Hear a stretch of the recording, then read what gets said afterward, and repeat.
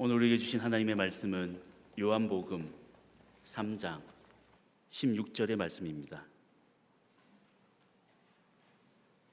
신약성경 146쪽에 있습니다. 이제 하나님의 말씀을 받들어 읽겠습니다. 하나님이 세상을 이처럼 사랑하사 독생자를 주셨으니 이는 그를 믿는 자마다 멸망하지 않고 영생을 얻게 하려 하심이라. 아멘. 기도드리겠습니다. 아버지 하나님, 가슴이 뜁니다. 온몸에 전율이 오릅니다. 엘림 찬양대가 십자가 사랑을 고백하며 하나님 앞에 나아올 때 우리 영혼에 위로가 있고 우리 마음에 치료가 있고 우리의 삶에 소망이 생기게 하시니 감사합니다. 오늘도 성령께서 이 자리에 임재하여 주셔서 전하는 자의 입술을 사용하시고 듣는 자들의 마음의 문을 활짝 열어 주옵소서. 예수님 이름으로 기도하옵나이다. 아멘. 지난 3월 5일 애쉬 웬즈데이 참회의 수요일 예배를 통하여서 우리는 사순절을 그렇게 시작을 했습니다. 사순절 날마다 시간마다 하나님과의 관계성 속으로 깊이 들어가면서 하나님의 말씀을 깊이 묵상하면서 내 삶의 새로운 도전을 얻고 내 삶의 방향각을 수정하는 시간이 되기 때문입니다. 제가 듣기로 100층 이상 되어지는 초고층 건물을 지을 때는 시간마다 한 번씩 GPS를 측정한다라고 이야기합니다. 만약에 이 GPS를 측정해 가지고 정확하게 수직각을 찾지 아니하면은 건물의 부실 공사가 일어날 우려가 되기 때문에, 하지만 5층짜리 건물 지을 때에는 그렇게 GPS 사용해서 건물 짓지 않습니다. 우리는 100년이라고 하는 시간을 살아가는 사람들, 어쩌면은 100층에 이르는 건물을 짓는 사람들입니다. 순간순간마다 GPS를 통해서 우리의 포지션이 어디에 있는지, 하나님께서 원하시는 삶의 포지션을 살아가고 있는지 제대로 체크하지 못한다면 언젠가 우리가 높은 층수를 지었을 때에는 방향각이 영 엉터리로 가 있는 것을 보게 될지도 모릅니다. 사순절은 말씀을 통해서 내 삶의 자리를 살펴보는 겁니다. 사순절은 기도를 통하여서 하나님과의 깊은 교제를 통하여서 내가 바로 가고 있는지, 혹은 수직적인 정확한 각도가 이루어지지 않는지, 혹은 건물이 삐딱하게 세워지지는 않는지 그렇게 살펴보는 시간이기도 합니다.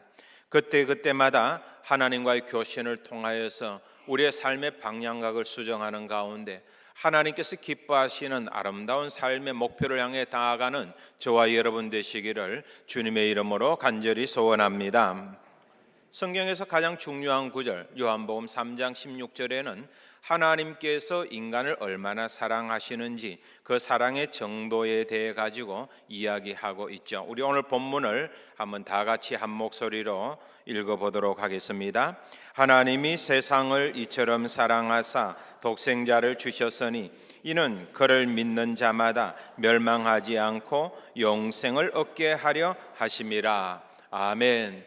제가 자료를 보니까 똑같은 본문으로 약 17년 전에 2008년에 본문 설교를 한번 했습니다.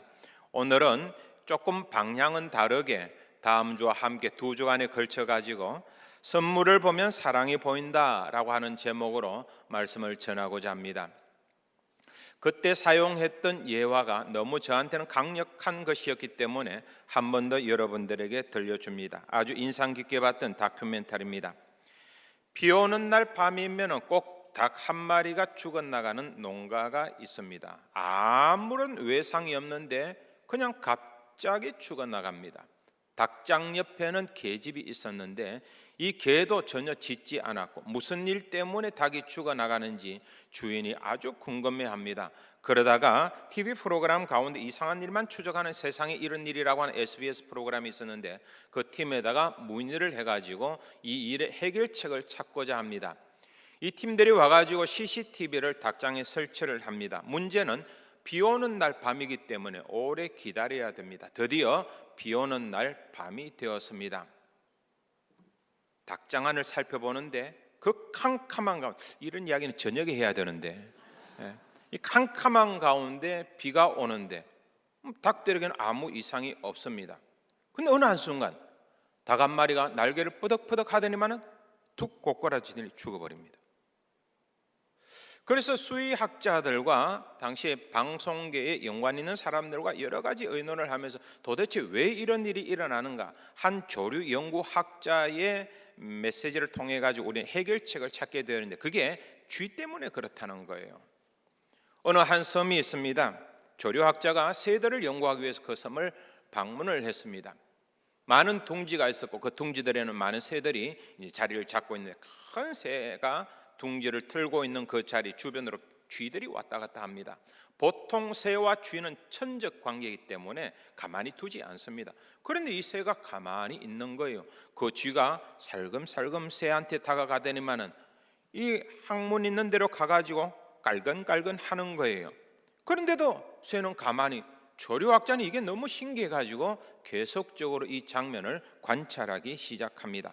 새들의 배설물이 나오는 곳이다 보니까 기생충이 많고, 기생충이 많다 보니까 간지럽고 딱딱하게 굳어 있는 곳입니다.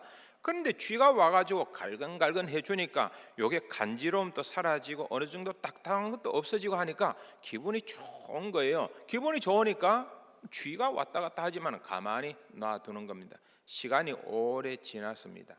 딱지가 않고 딱딱하던 것이 다 헤쳐나가고 난 다음에 상처가 나기 시작하니까 거기서 피가 흐릅니다. 피가 흐르는데 쥐가 그 피를 빨아먹는 거예요. 그런데 새는 시원하니까 계속해서 앉아 있습니다. 어느 정도 시간이니까 그만 피가 균형을 잡기 힘들 정도로 많이 흐르니까 이제 위험한 순간이 다가오게 됩니다. 바로 그 순간 쥐가 본색을 드러냅니다. 배설물을 배설하는 그곳을 향해서 쥐가 공격적으로 달려들게 되어지고 창자를 끄집어내서 먹게 되어지고, 새는 퍼덕퍼덕하고 날개를 하지만 힘이 없으니까 도망치지도 못하고 이러지도 못하고 그냥 그 자리에서 죽어버리고 말더라는 거예요. 제가 그때 충격을 참 많이 받았어요. 오늘 요한복음 3장 16절에 보면은 하나님이 세상을 이처럼 사랑하사 독생자를 주셨으니 이는 그를 믿는 자마다 멸망하지 않고 영생을 얻게 하려 하심이니라. 여기 전제가 있습니다.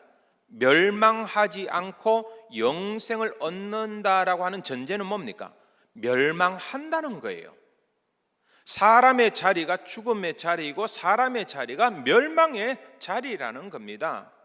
지금 우리는 이 세상 살아가면서 세상이 주는 쾌락 때문에, 즐거움 때문에, 시원함 때문에 내 몸을 맡기고 있지만은 어둠의 세력이, 사탄의 세력이, 마귀들이 달려들어가지고 내 피를 빨아먹고 있는데도 나는 그냥 시원하다고 생각하고 그 자리에 앉아 있는 셈이 되는 셈이죠. 언젠가는 내 몸에 힘이 다했을 때에는 그 자리가 멸망의 자리고 죽음의 자리고 결국은 돌이킬 수 없는 비극의 자리라는 것을 깨닫게 될 겁니다. 죄의 결과가 그렇습니다. 하나님께서 당신의 사랑하는 자들이 죽어나가고 있는데 그 죽어나가고 있는 사랑하는 사람들을 그냥 두고 보지를 못하기 때문에 간섭하시는 거예요. 너 죽는다고, 너 이렇게 살면 안 된다고 간섭하시는 모습이 바로 요한복음 3장 16절이에요. 세상의 종교는 그렇지 않습니다.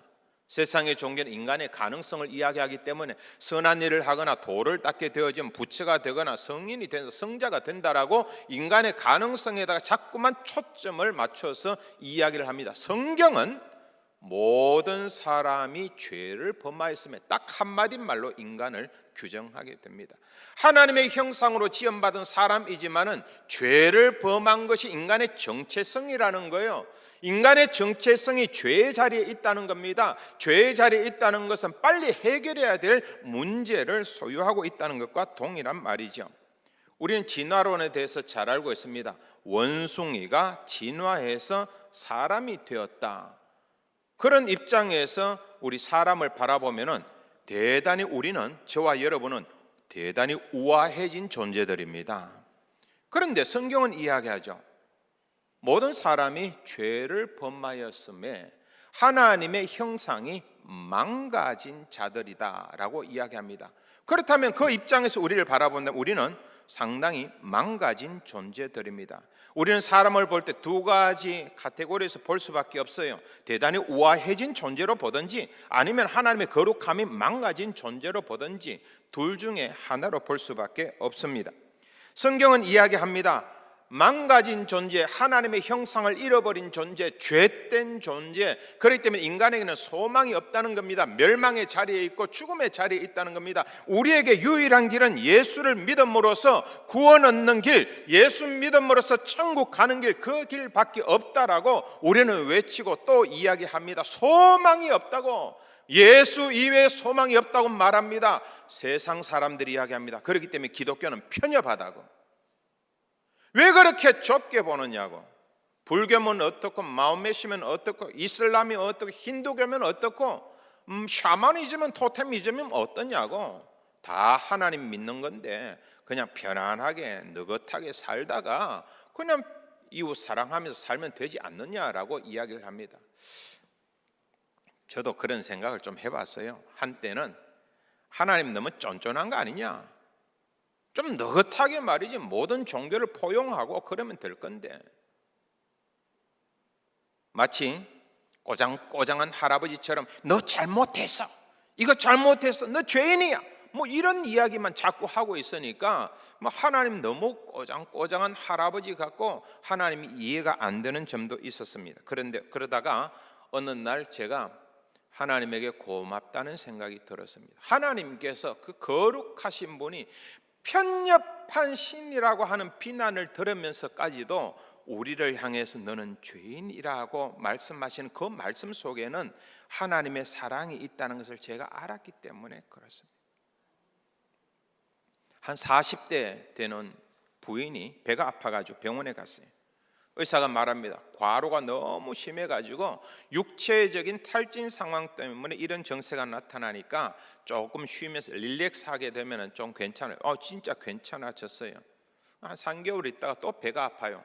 그래서 병원에 갔습니다. 그랬더니 의사 선생님이 또 친절하게 상담을 해줍니다.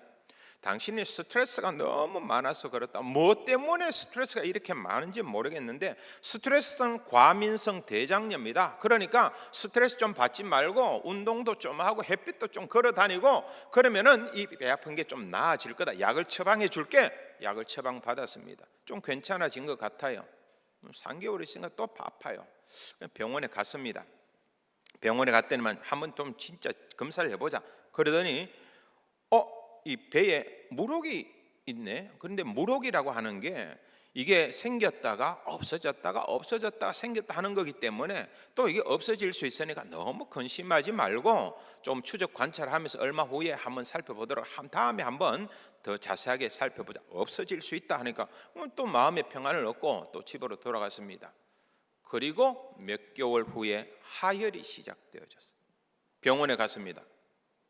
빨리 큰 병원으로 가보라고 이야기합니다. 큰 병원에 갔습니다. 조직 검사를 하고 정밀 검사를 해보니까 암 판정이 나왔습니다. 그런데 암도 말기암이었어요. 의사 선생님이 이야기합니다. 이 병은 초기에 고칠 수 있는 건데 왜 빨리 안 왔느냐고. 이 병은 빨리 발견할수록 빨리 고치는 건데 지금까지 놔두는 바람에, 방치하는 바람에 말기가 되었다라고 이야기를 했습니다. 우리는 의사 선생님이 친절하고 젠틀한 분을 좋아합니다. 그런데 친절하고 젠틀한 분이라 할지라도 그런 분들이 다 훌륭한 의사는 아니에요. 진짜 훌륭한 의사는 뭡니까? 정확하게 판단하고 검진하고 정확하게 살펴보는 것이죠. 우리는 그런 사람을 명의라고 이야기를 합니다. 명의가 뭡니까? 간단합니다. 우리의 삶에서 일어나는 모든 문제에서 정확하게 간섭하시는 분을 이야기합니다.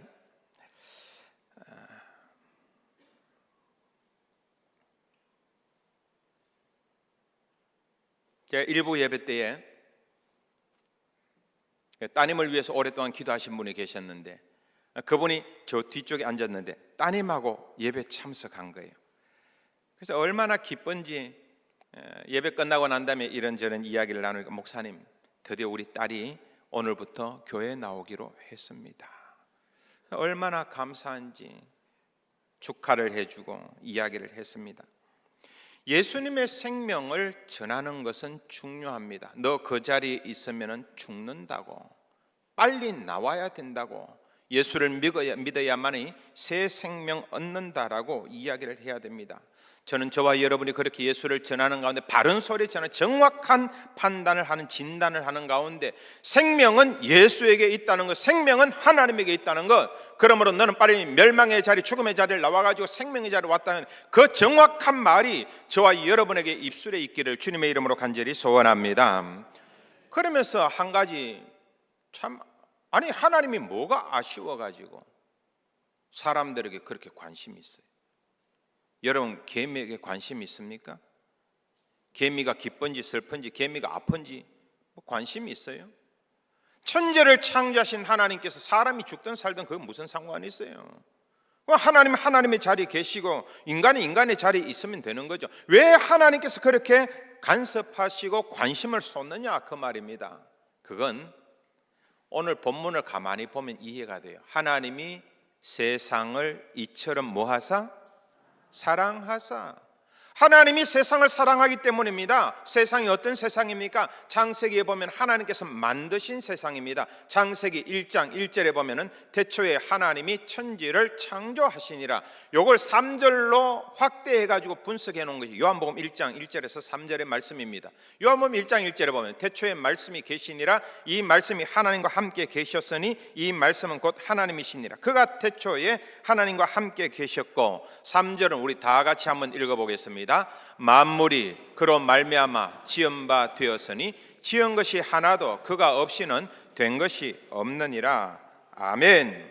구약 성경도 신약 성경도 창세기도 요한복음도 하나님이 세상을 창조하셨다, 하나님이 사람을 만드셨다라고 분명히 이야기합니다. 하나님과 우리의 관계는 불가분의 관계예요. 끊을 수 없는 관계예요. 그러다 보니까 하나님은 우리에게 관심이 있는 겁니다. 우리가 왜 사는지, 왜 죽는지, 왜 죽음의 자리인지, 왜 멸망의 자리에 있는지, 왜 나오지 않는지, 왜 예수를 믿지 않는지, 왜 교회에 나오지 않는지, 하나님의 관심 우리를 만드셨기 때문에 있다 그 말이에요. 주일날 되어지면 꽃꽂이를 예쁘게 합니다. 토요일날 우리 교회 미화 담당분들이 오셔가지고 이렇게 아름답게 꽃꽂이를 합니다. 너무 예쁠 때는 와가지고 사진도 찍고, 나도 모르게 이야기하잖아요. 꽃꽂이가 너무 예쁘다고 하면 바로 그 뒷자리에 앉아 계시는 집사님 한 분이 샥 웃죠. 그분이 꽃꽂이 한 분이거든요. 그러니까 샥 웃잖아요. 제가 그 사람 보고 꽃꽂이 잘했다고, 예쁘게 했다고, 당신 대단하다고 그 말 한 거 아니잖아요. 꽃꽂이 예쁘다고 한 건데 왜 그 사람이 웃는 겁니까? 자기가 한 거거든요. 자기가 만든 거거든요. 근데 그만 좀 퉁명한 일이 있고 오늘 별로 좋지 않은 일이 있어가지고 나도 모르게 말을 약간 부정적으로 합니다. 색깔 배합하고는 촌스럽기는. 아니 그런데 바로 뒤에 계시는 집사님이 그냥 마음에 상처를 입었어요. 마음에 상처를 입은 집사님을 위로해 줍니다. 내가 집사님 보고 그런 게 아니라 그냥 내가 오늘 어떻게 하다 보니까 위로가 안 돼. 왜요? 그 꽃꽂이는 내가 했거든요. 근데 그 꽃꽂이는 내 작품이거든요. 그 꽃꽂이는 나와 동일시 되는 거예요. 하나님이 세상을 만드셨어요. 하나님이 사람을 만드셨어요. 하나님은 우리 사람을 하나님과 동일하게 생각하십니다. 그래서 마태복음 25장 40절에 보면은 지극히 작은 자 하나에게 한 것이 곧 내게 한 것이니라. 보잘것없는 사람이라 할지라도, 초라한 인간이라 할지라도 하나님은 그 사람이 내 형상으로 내가 만든, 내가 창조한 사람이라고 말씀하시기 때문에 그 사람에게 관심이 있는 거예요. 인간에게 관심이 있는 거예요. 이사야 43장 1절에 보면은 이런 말이 있습니다. 야곱아, 너를 창조하신 여호와께서 지금 말씀하신, 누가 말한다는 겁니까? 너를 창조하신 여호와께서, 그 밑에 보면은 이스라엘아 너를 지으신 이가 말씀하시나니, 누가 말합니까? 너를 지으신 이가 말한다고 하는 겁니다. 너는 두려워하지 말라, 내가 너를 구속하였고 내가 너를 지명하여 불렀나니 너는 내 것이라. 하나님의 말씀입니다. 근데 이 하나님의 말씀이 조금 더 아랫부분에 내려가면은 더 마음에 와닿는 부분이 있어요. 이사야 43장 4절에 보면은, 우리 같이 한번 읽어봅니다. 내가 내 눈에 보배롭고 존귀하며 내가 너를 사랑하였은즉. 아멘. 왜 하나님은 우리를 보배롭다고 합니까? 존귀하다고 합니까? 사랑한다고 말합니까? 하나님이 만드셨거든요. 하나님이 내 것이라고 말씀하시거든요. 그래서 하나님께서는 내 형상으로 만든 사람이 다른 사람으로부터 욕먹고 비난당하고 저주받으면 너무너무 마음 아파하시는 거예요. 왜? 내가 만든 작품을 사람들이 욕하니까 마음 아파하시는 거예요. 그 마음으로 하나님께서 내가 너희를 얼마나 존귀하게 여긴, 보배롭게 여긴 너희를 얼마나 사랑하는지라고 말씀하실 때, 이사야 43장 1절과 4절 중심으로 제가 5가지 선포를 할 겁니다. 하나님 말씀을 선포할 때 여러분들은 아멘으로 신앙을 고백해 주시기를 바랍니다. 내가 너를 구속하였다. 믿음을 담아서, 고백을 담아서 해보십시오. 내가 너를 구속하였다. 내가 너를 지명하여 불렀다. 너는 내 것이다. 내가 내 눈에 보배롭고 존귀하다. 내가 너를 사랑한다. 내가 너를 사랑한다. 내가 너를 사랑한다. 이 하나님의 음성이 여러분뿐만이 아니라 여러분 자녀에게도 들리고 여러분의 가족들에게도 들리고 여러분의 전도 대상자들에게도 이 하나님의 음성이 들리기를 주님의 이름으로 간절히 소원합니다. 왜 하나님의 눈에 저와 여러분이 그렇게 보배롭고 존귀하고 사랑스럽게 보입니까? 만드셨기 때문이라고 했습니다. 왜 우리가 욕먹으면 하나님이 마음 아파하시는 겁니까? 만드셨기 때문입니다. 하나님의 형상으로 만든 위대한 사람들입니다. 문제는 그 하나님의 사랑이 느껴지지 않는다는 거예요.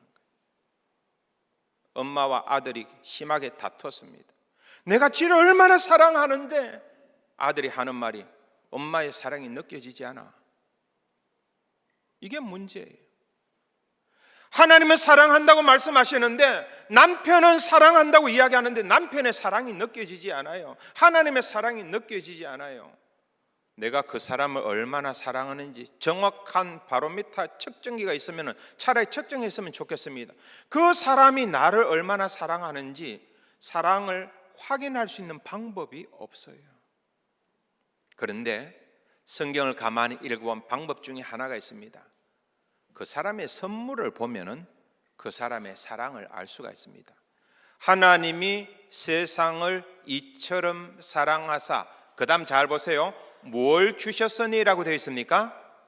독생자를 주셨으니, 하나밖에 없는 아들을 주셨으니, 가장 귀한 아들을 주셨으니, 선물을 보면은 그 사랑의 정도를 알 수가 있습니다. 이 독일 사람들이 좋아하는 선물, 받기를 원하는 선물, 꽃입니다. 혹은 와인이나 초콜릿입니다. 어느 정도 먹고 사는 문제가 해결되면 그 다음에는 꽃을 즐기는 방향으로 나아가게 되어 있습니다. 만약에 우리 민도가 먹고 사는 문제가 해결되지 않으면 꽃을 중요하게 생각하지 않습니다. 그보다 더 중요한 게 뭡니까? 먹거리입니다. 먹거리를 살 수 있는 돈입니다. 한국 분들에게 어떤 명절이나 어떤 날에 받기를 원하는 게 뭐가 있느냐라고 했더니 첫 번째가 뭐였을까요? 돈. 두 번째는요? 돈. 세 번째는요? 돈. 물론 독일 분들도 돈을 좋아합니다. 근데 알게마인의 차이통이라고 하는 신문에 보니까 독일 사람들이 받으면 기분 좋아하고 좋아할 선물, 돈은 7번째였어요. 우리가 이제는 어느 정도 조금 달라졌습니다. 김시국 집사님이라는 분의 가정을 신방을 했습니다. 예배를 드렸는데 탁자 위에 꽃병에 꽃이 예쁘게 피어 있는 거예요. 기분이 아주 좋았습니다. 이분은 황해도 분이신데 6.25 전쟁 때 피난 왔습니다. 이북 분이 피난 왔다고 하는 건 생활력이 아주 남다른 분이다 하는 것을 알 수가 있겠지요. 여명구 권사를 만났습니다. 사랑하게 되고 결혼하게 되었습니다. 그때 남편 되시는 김시국 집사님이 여명구 권사에 꽃을 선물하더라는 거예요. 그 다음에도 만나기만 하면 꽃을 선물하더라는 거예요. 시대를 앞서 사신 분이라고 생각을 합니다. 여명구 권사님 그게 항상 불만이었어요. 차라리 빵을 사오지 왜 쓸데없는 꽃을 사와가지고. 그래서 꽃을 아직도 폄하하시는 분은 비싼 쓰레기라고 이야기하지 않습니까? 아주 잘 가꾸면 7일 가죠. 가만 놔두면 일주일 가고 어차피 내버리니까 비싼 쓰레기라고 이야기하는데, 그런데 뭐 이 꽃을 사오느냐고 차라리 빵을 사오지라고 이야기를 했답니다. 근데 이제 마흔이 지나가면서는 그 속에 있는 사랑이 느껴지더래요. 그래서 그 다음부터는 꽃을 기쁘게 받았다라고 이야기를 하는 걸 제가 들었습니다. 참 신기한 것은 누군가에게 선물을 준다라고 할 때는 그 준비하는 과정 자체가 기뻐요. 즐거워요. 그리고 기쁨으로 선물을 받는 사람 너무 좋아요. 행복해요. 이게 선물 주는 사람의 기쁨입니다. 그 사람을 얼마나 사랑하느냐 내가 주는 선물 보면 알 수가 있어요. 손자 손녀가 삐뚤삐뚤한 글씨체로 카드에 할아버지 할머니 사랑해요 라고 하는 말, 그 한마디 때문에 할아버지 할머니 녹아나잖아요. 왜요? 그 삐뚤삐뚤한 글씨에서 사랑이 느껴지기 때문에 그렇거든요. 돈이 중요한 게 아니라 이제 우리의 마음이 담겨져 있는 정성과 사랑을 보면은 그 사랑의 정도를 알 수가 있습니다. 하나님은 우리를 사랑하십니다.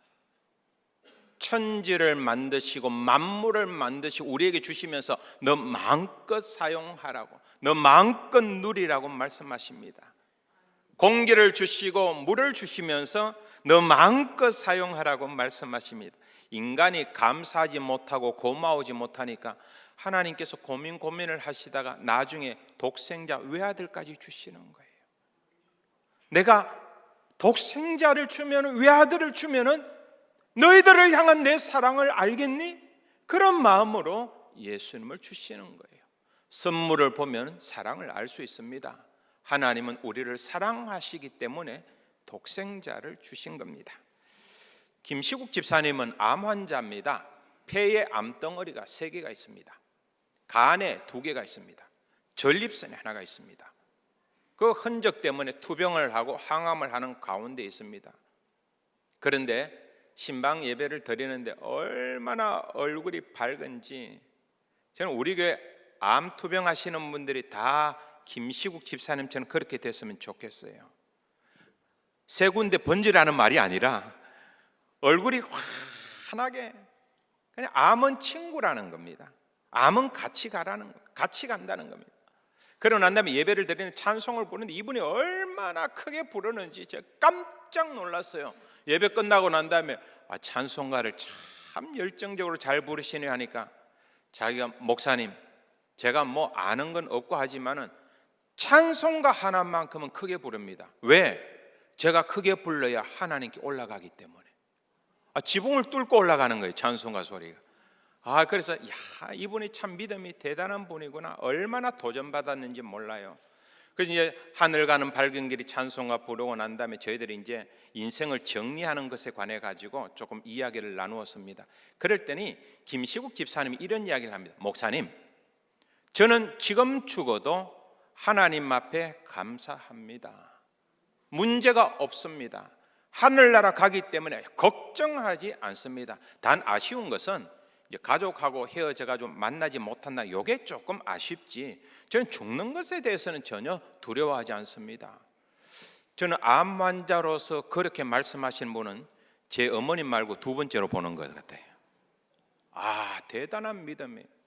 얼마나 제가 도전받았는지 몰라요. 이분이 그 안면 근육 마비, 우리가 구안와사라 그러죠. 안면 근육 마비 때문에 조금 이렇게 균형이 안 맞으니까 일부러 수염을 기릅니다. 이걸 조금 커버를 하기 위해 일부러 수염을 기르는데, 이 수염을 이렇게 좀 닦으시면서 하시는 말씀이, 이 세상에서 가장 아름다운 사람, 여명구입니다. 저는 자기 부인 이름을 그렇게 부르는 게 참 참신했어요. 이 세상에서 가장 아름다운 사람 여명구입니다. 당당하게 이야기하시는 거예요. 제가 큰 깨달음을 얻었습니다. 여명구 권사님은 그렇게 말씀하시는 집사님 뒤편으로 화병이 보이고 화병에 그분이 그날 예배 드린다고 또 사오신 꽃이 보이더라고요. 이 꽃은 부인에 대한 사랑의 결정체입니다. 아마 여명구 권사님은 그 꽃을 세상 그 어떤 것으로도 바꾸지 않을 겁니다. 우리는요, 하나님에게 예수님 필요 없다고 말할 때가 있습니다. 이게 뭐 꽃이 뭐 필요하냐고, 차라리 빵을 사오지, 이렇게 말할 때가 있습니다. 아니, 예수님 안 보내줘도 돼. 하나님 그냥 내 건강 문제 해결해 주시고, 내 자녀 문제 해결해 주시고, 내 인생의 문제 해결해 주시고, 내가 필요할 때 하나님 그때 와가지고 내 문제를 해결해 주시면 그건 하나님의 할 일 끝나는 건데, 굳이 뭐 예수님 안 보내도 되는 것인데, 시간이 지나면은 왜 빵보다 꽃이 소중한지 알게 됩니다. 꽃에 담겨져 있는 사랑의 의미를 발견하게 됩니다. 시간이 지나면은 왜 하나님께서 예수님을 보냈는지 알게 됩니다. 아마 여명구 권사님 그러실 거예요. 이 세상에서 이 꽃은 가장 아름다운 사랑의 남편의 선물입니다. 우리도 아마 그렇게 말할 거예요. 예수님은 이 세상에 우리에게 보내주신 하나님의 가장 아름다운 선물입니다. 저와 여러분뿐만이 아니라 우리가 기억하고 있는 모든 가족들, 자녀, 손들도 그 사실을 아는 그날까지, 하나님의 사랑을 아는 그날까지, 그 선물 속에 담겨지는 사랑의 가치를 아는 그날까지 성령께서 간섭하여 주셔서 예수 그리스도가 가장 아름다운 하나님의 선물임을 고백하는 여러분의 자녀, 여러분의 가족이 되시기를 주님의 이름으로 간절히 소원합니다. 기도드리겠습니다. 아버지 하나님, 지금은 사랑의 가치를 모릅니다. 선물의 가치를 모릅니다. 꽃의 가치를 모릅니다. 하지만 언젠가는 우리가 이 꽃 속에 담겨져 있는 남편의 사랑을 발견하게 되고 이 꽃 속에 담겨진 하나님의 사랑을 발견하는 날이 올 줄로 믿습니다. 지금은 예수님의 가치를 모르고 예수님의 고귀함을 모르는 사람들이 많이 있습니다. 하지만 언젠가는 하나님 사랑의 결정체, 이 선물 속에 담겨져 있는 예수 그리스도의 고귀함을 아는 날이 다가올 줄로 믿습니다. 그 날이 속히 다가오게 하옵소서. 그래서 우리 가족들이 함께 손을 잡고 이 아름다운 사랑에 대해서 감사하는 그 날이 빨리 속히 다가오게 하옵소서. 예수님 이름으로 기도하옵나이다. 아멘.